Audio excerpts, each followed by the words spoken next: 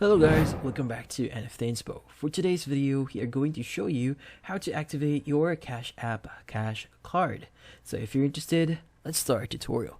Now to initiate the activation process for your Cash Card using a QR code, you need to follow the following steps. So begin by accessing the Cash App and navigate to the Cash Card tab located on your home screen. Now within the Cash Card tab, select the Activate Cash Card option, and when prompted, grant permission for the Cash App to use your device camera by tapping OK.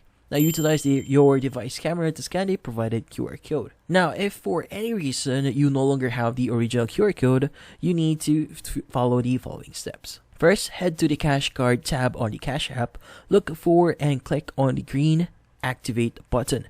Now opt for the Activate without QR code option, input the CVV which is located on the back of your physical card, follow the on-screen prompts to complete the activation process seamlessly.